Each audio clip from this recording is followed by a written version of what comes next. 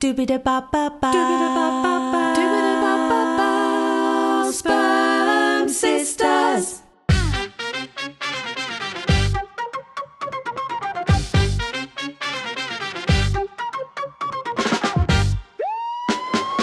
This is a story about sisters, just not the kind that you're expecting. 3 years ago, we were strangers, living separate lives. Now we know we're biological sisters, connected by the same sperm donor. And that's just the beginning. This podcast dives headfirst into the how, the why, and the uncomfortable questions no one seems to want to answer. Uncovering secrets the medical world would rather keep buried. How many donor-conceived people are there really? No one can give a straight answer. Not the clinics, not the system, no one. So, how many siblings could be walking past us every day without a clue? It's messy, it's shocking. At times, it's almost impossible to believe. And somehow, it's also really funny. Come with us as we dig deeper, ask the uncomfortable questions, and laugh our way through the chaos of discovering who we really are and just how many of us there might be. Coming up on this week's episode of Sperm Sisters.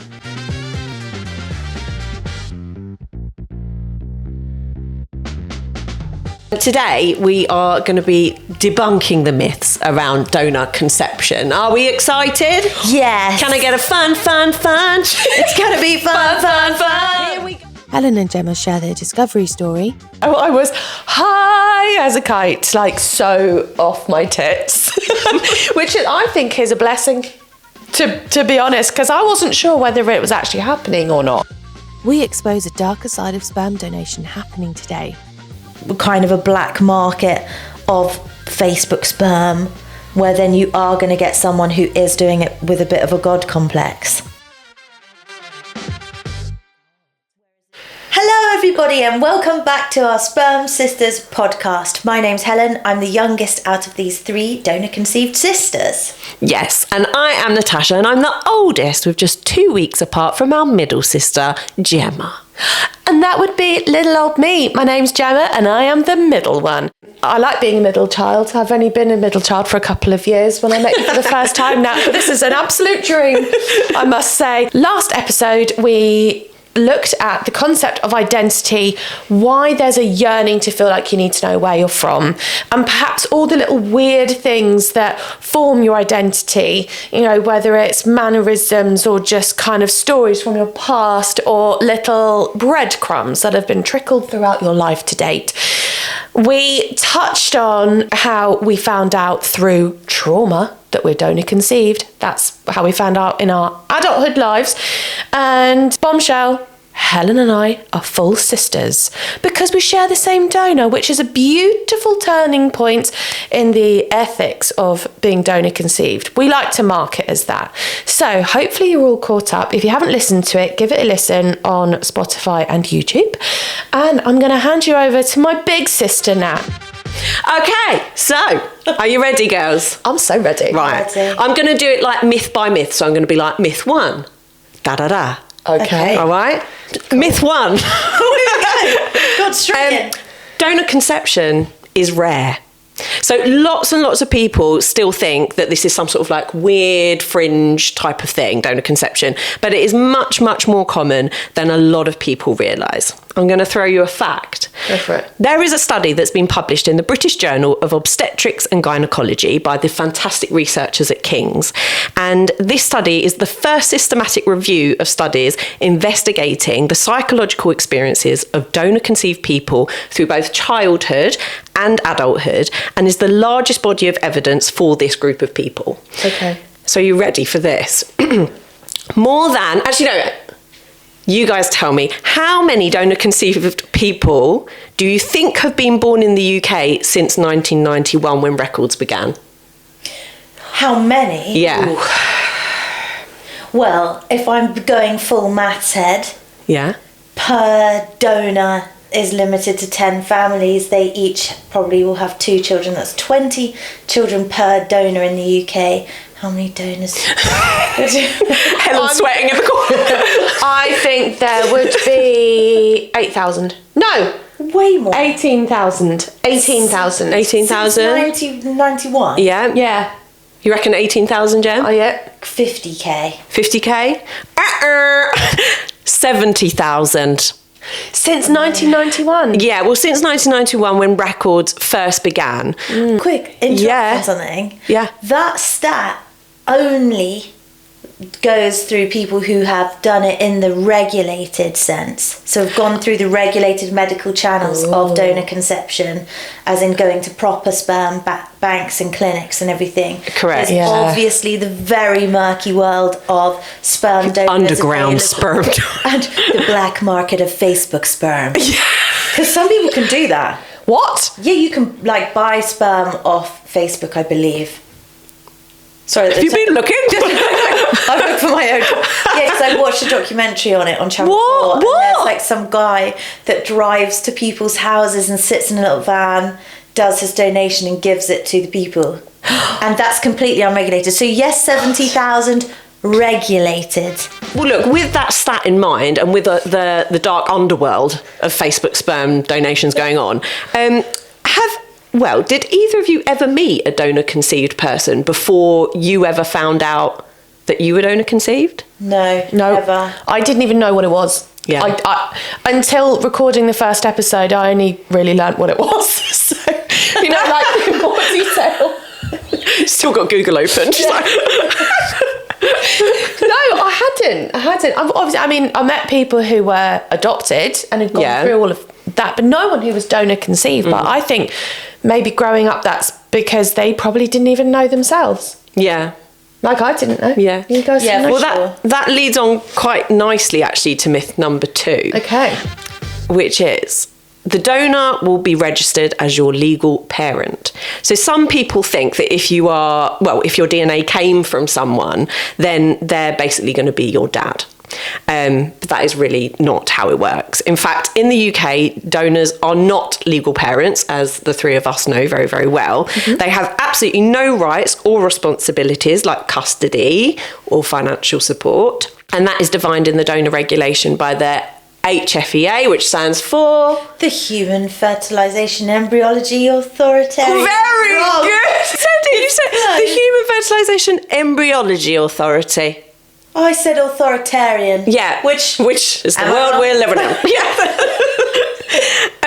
But I was thinking about this as I was like writing down these myths and trying to find good ones to sort of like go through in this episode. And I wrote a little note to say like, how do you refer to our donor? Because when we... Daddy. Daddy. We don't refer to him like that. Because like I think sometimes it's quite, when I'm talking about my dad, some people go, which one? Wow. Yeah, totally. Or they go, and I go, sperm dad, or the sperm dad. Yeah. But it's just funny with the wording, right? Because it's like, well, sperm donor, really. He's not my dad. He didn't bring me up. But you could That's say interesting. biological father. Well, that would be a good way of doing it, yes. I never think of it in that moment, though. I always just go, donor dad. I say donor dad. I say sperm dad. Yeah. I think the language that donor conceived people formally use is like your social dad is who brought you up. So the one that's non-biologically related to you, and then your donor is actually your... oh my God. Spit it out. Is actually your dad. But obviously dad has different connotations of what that word means. Well, what is that? What does dad mean to you, Helen? What does dad mean to me? Wow. It's very for me that's like what a oh my God, Glasses are falling off. She's got tit sweat. yeah, right. What does it mean to me? Don't know. Someone who would be in the like cultural home sense supposed to be like a protector or a provider, which is very much not what A donor's donor's job is to do. or what they would ever sign up for. Exactly. Generally, yeah, Agreed. yeah. I think like a unity, like a bond, just, I think just like the safety net of just love and support. That's what to me, that's what a dad is. Yeah. But obviously, as you say, that is absolutely not what a donor does. They need to pay for their meal deal. Yeah. I'd say. Myth number 3 is... I can't say this without laughing. Donor-conceived people struggle emotionally. Some people assume that we all have deep identity crises, but the research actually says something else, which I think is what I've mentioned in an earlier episode. One of the largest reviews ever done, now this was 50 studies with over 4,500 participants, all donor-conceived, found that donor-conceived adults and children have equal or even better well-being and relationship warmth, which is quite lovely, than people conceived traditionally. Really? Oh my God. Yeah. I always knew I was great. Edit that bit out. That's fascinating. Wow. By the way, I've got all of the links to this research. I'm not putting it out my arse. Like, I've got all of the links to this. Why do you think that is?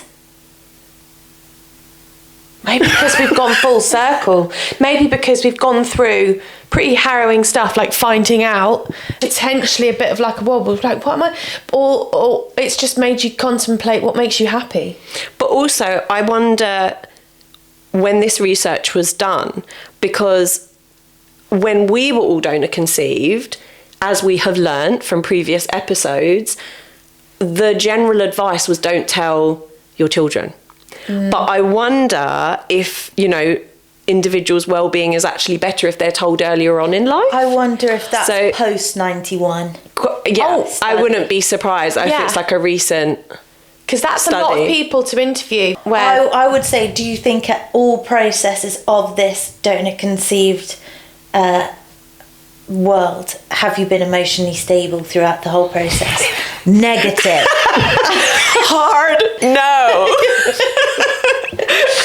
absolutely not. Yeah, No. right.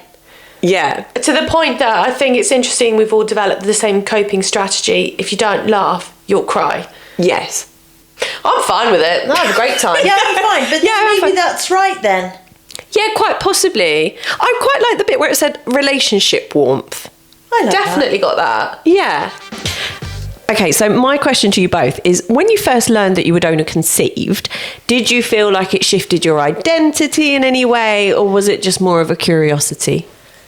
that. Well, I think when we found out, there needs to be a little caveat there. Gemma and I both found out at exactly the same time, as I think we've briefly touched on before, in a moment of trauma for multiple reasons. Tucking into a quiche, haven't been able to eat quiche since. But Gemma, you just have had a wisdom tooth operation. I had this impacted wisdom tooth and they had to get it out. So I was high as a kite, like so off my tits, which I think is a blessing. To be honest, because I wasn't sure whether it was actually happening or not. So when we found out, I was like, wow, the colours in this room are amazing. Look at all the flowers. Look at all the flowers.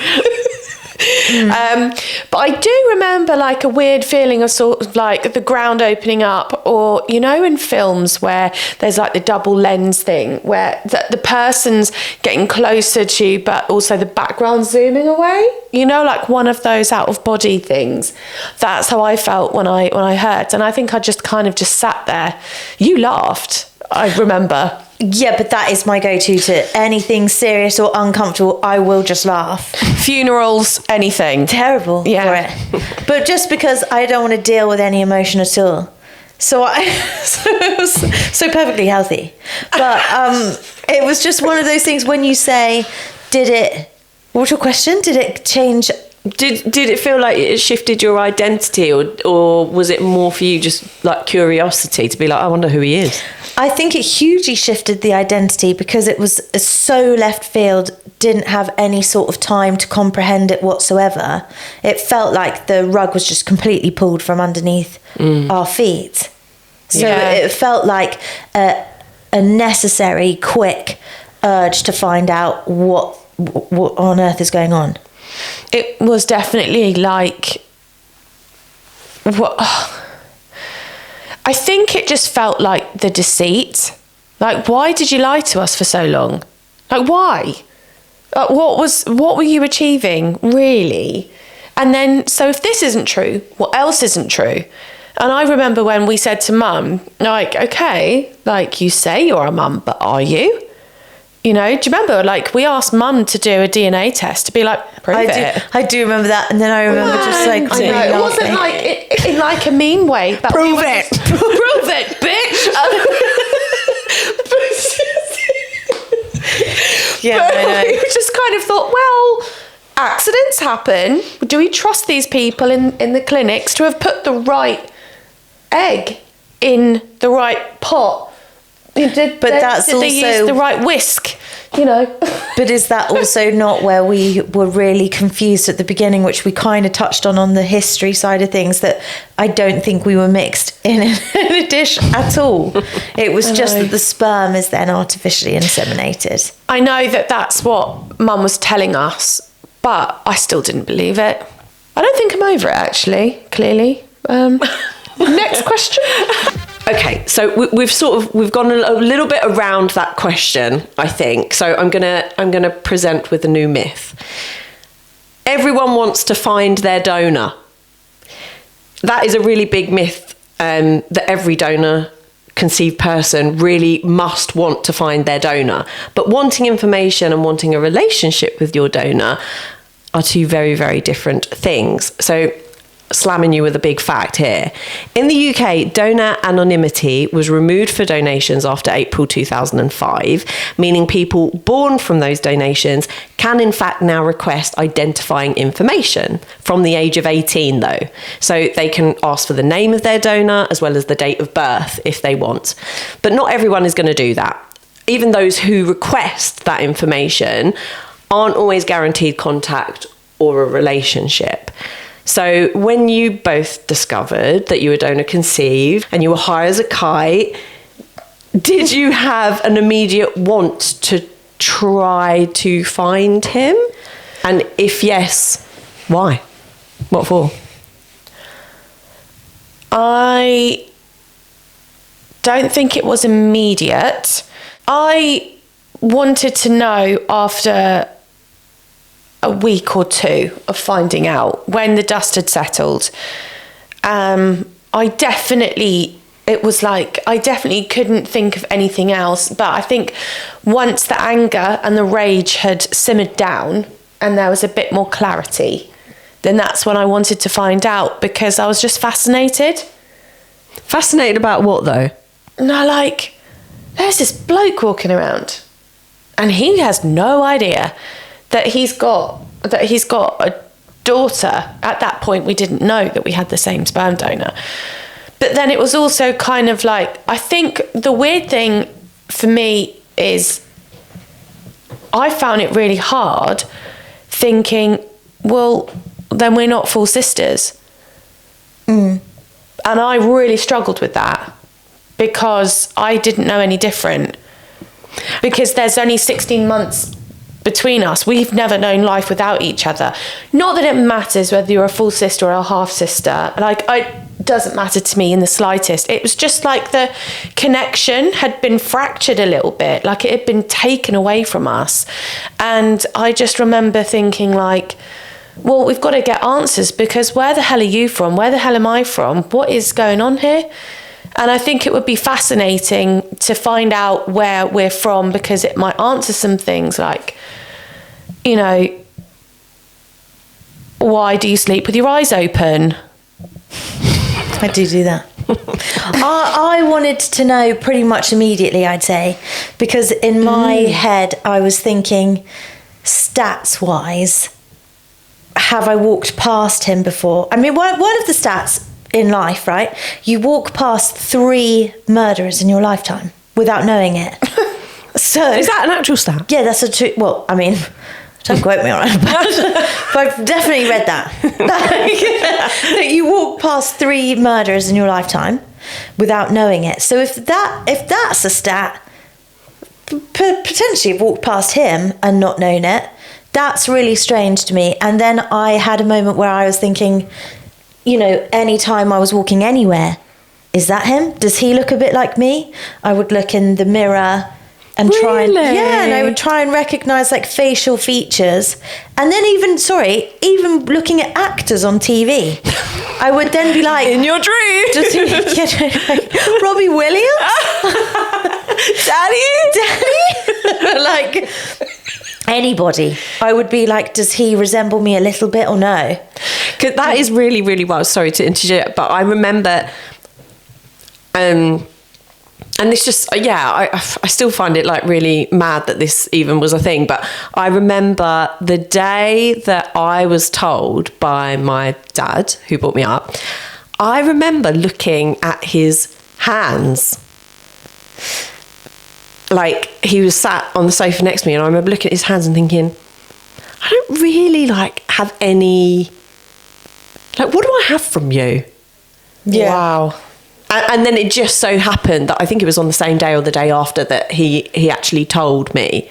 But isn't that like weird? Yeah. That it was just like at that period of time that I was like, what if like our hands, like I don't have any, you know. Similarities. Really weird. Yeah, I don't know. That was always a bit of a strange one for me. Oh, we have touched upon this in earlier episodes. Telling children later is the best approach. That's the myth. Yeah, right. Yeah, don't get it twisted. And that is a myth that keeping it sort of a secret really protects donor-conceived children. But research actually shows that really, really early openness about this tends to help, obviously.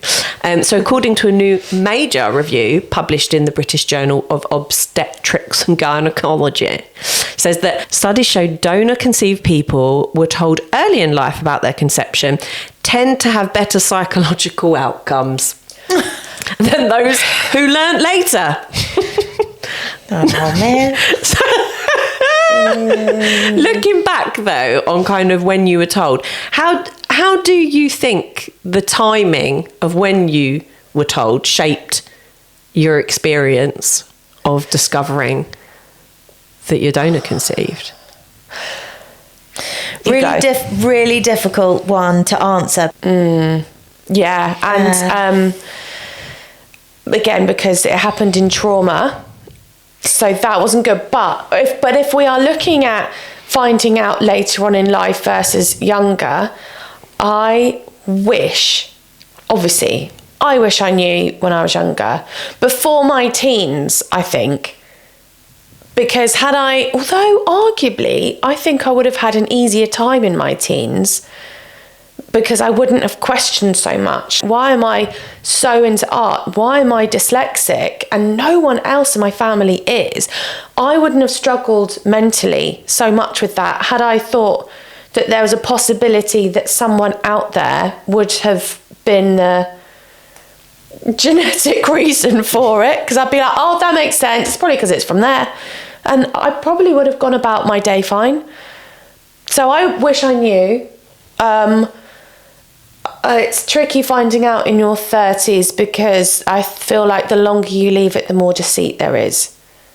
You keep saying about the word deceit. You do. You bring it up a lot. I'm and angry. It's really, and it's really, really interesting because like I see it more, the more and more we dig into this and the more we each individually do research, like that word comes up a lot for you when you talk about it. And yeah, I wonder like if we can throughout this. Yeah, you know. Okay. It's interesting to just hear how different people feel, because I think like I don't feel like that. Like I'm not angry. I don't feel like it was deceit. I think that actually, like, let's just talk about our mums here. Yeah. Okay. Like I think that they were doing everything that they were being told to do in order to protect us. And I think, like, I just think of it like that. My mum would have done anything for me. And she only didn't tell me because she wanted to protect me, because that's what she was told was the right thing to do.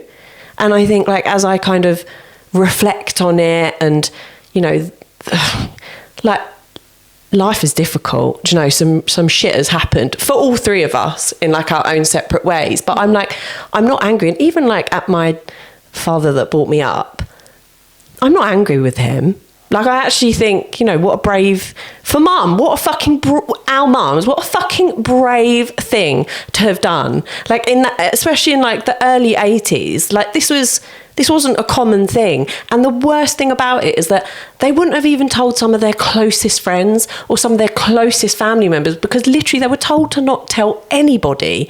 So if anything, like, I feel really sad for her. Like, I wish that I had the opportunity. The only reason why I feel angry or sad about it is actually, like, I wish that I had the opportunity to say to her, like, Mum, like, what a fucking amazing thing you did. Like, I'm so proud of you, and I hope that you know, like, that this was the best thing that you could have ever done for me. Like, you know, I'm still here. Yeah. Do you know what I mean? And we are really lucky with how it's panned out for us. We are The really three lucky. of us, Yeah. Like, we're lucky with the outcome of everything. But I think maybe if we were coming from a different angle of, we tried to make contact with somebody and it had been a no, or a door slammed in your face, maybe we would then start to feel angry.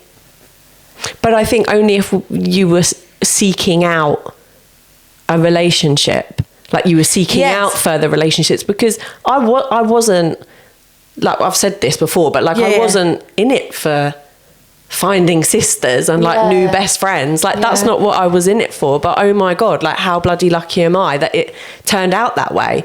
Yeah. I also don't feel angry about it really, but I instead now, for me, it just puts a lot of puzzle pieces together for me, where I'm like, oh, that does make sense. So I think, because I do feel like I've kind of always had an inkling that something wasn't quite right. I didn't know that it was that, but I definitely have always thought something wasn't quite right. So at least it kind of closed that chapter where I was like, that's what wasn't right. That makes sense. That makes sense. I think with the whole angry thing, I'm not angry at our parents for doing it. I get why, and you're told by medical professionals. I mean, they went to the top place in the world, apparently. I mean, I don't know if that's on the sign outside. But, you know, it was one of the top places to go. I'm just angry that someone had the audacity to play God and make money from it. Right. And the bit that makes me angry is who had the right to tell us that we were entitled to know where we're from, that we weren't entitled. How dare they? That's where I'm angry. I'm angry at the system. Shock. And I'm pissed off that people thought they could get away with it. No, that's just not fair. It's not fair. And it's not fair that we got to live, you know, we get to live our lives and be like, maybe I shagged a brother, or, you know, that kind of thing. Or like, I shouldn't have to go through my husband's ancestry results to double check that I'm not related to him. Well bad. Well bad. Isn't it? Yeah. Like, these people are all fucking about in the glamorous retirement homes now, if they're still going, and they're living their best lives because they took lots of people's money and left the debris behind. And I'm angry that also people are still trying to be hushed now. Like, there are people who have tried to sue. Not anymore. Well, yeah.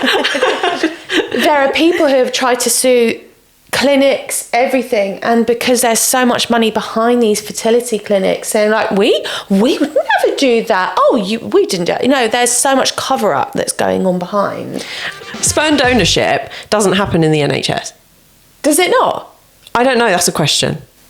So it says, yes, you can get a sperm donor through the NHS, but it's not universally guaranteed and depends heavily on your medical circumstances and your local care board. So the eligibility and criteria would be a medical need. So typically, if you're a heterosexual couple where the male partner's infertile, then you can qualify. If you're then a same-sex couple or a single woman, some NHS trusts indicate that they support same-sex couples and single women with donor sperm, but others suggest that it may not be fully funded. But waiting times and availability, obviously, there is now a shortage of donors in the UK, which will affect availability. Probably because it's not anonymous anymore. Yeah. So that has like cut down. And that's another ethical thing that we kind of need to delve into later on in another episode, that it's like, because all these laws and regulations have now come into place, that's it's all... I'm not, by the way, not saying it was better in the 70s or 80s at all, but because these laws and regulations have come into place, that's now made the pot or the banks much lower on sperm.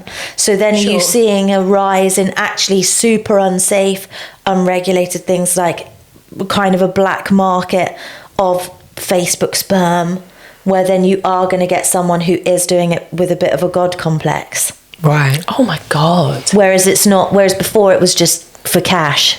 Our guy. For cash. Oh, mate. Cash. Amen. Okay, so look, here's the bottom line. According to science and lived experience, donors aren't parents in the legal or social sense. Wanting information and wanting a relationship with your donor, two very, very different things. We'll get into that in later episodes. Early openness that you are donor conceived generally definitely helps with one's well-being later on in life. And this whole subject, donor conception, is way more common than people actually think. So, on that note, send us your thoughts, your myths, your stories, because we are literally just getting started. We are real, unfiltered, and definitely not a myth. God, I got chills now. Very good. Did you write that? ChatGPT.